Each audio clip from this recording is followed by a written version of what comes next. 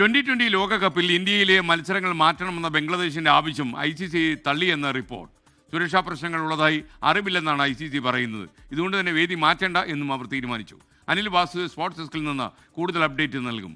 പറയൂ Anil, good morning.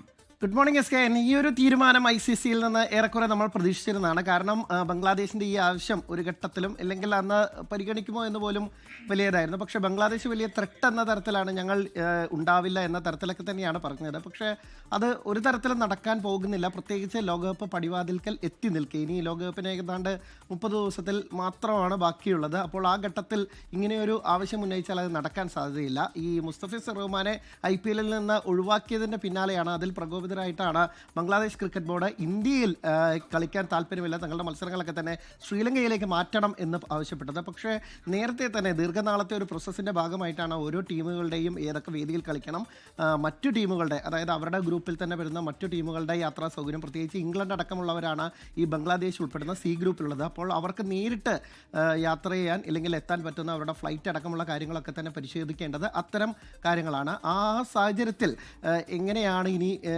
മാറ്റുക എന്നുള്ളതൊക്കെ തന്നെ വലിയ ബുദ്ധിമുട്ടായിരിക്കുമെന്ന് ICC തന്നെ നേരത്തെ അറിയിച്ചതാണ്.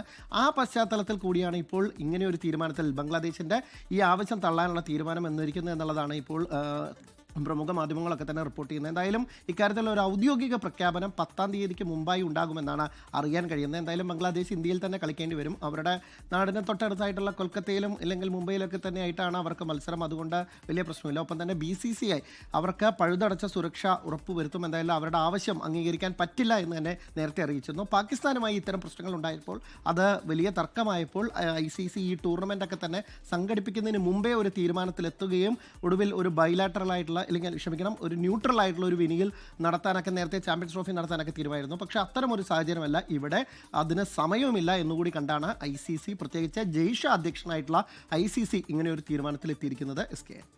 ലോകത്തെവിടെയായാലും ഏത് സമയത്തും 24 വാർത്തകളും ഓഗ്മെന്റഡ് റിയാലിറ്റി പാക്കേജുകളും എക്സ്പ്ലെയിനറുകളും വിശദമായി കാണാൻ ഞങ്ങളുടെ YouTube ചാനൽ നിങ്ങൾക്ക് സബ്സ്ക്രൈബ് ചെയ്യാം.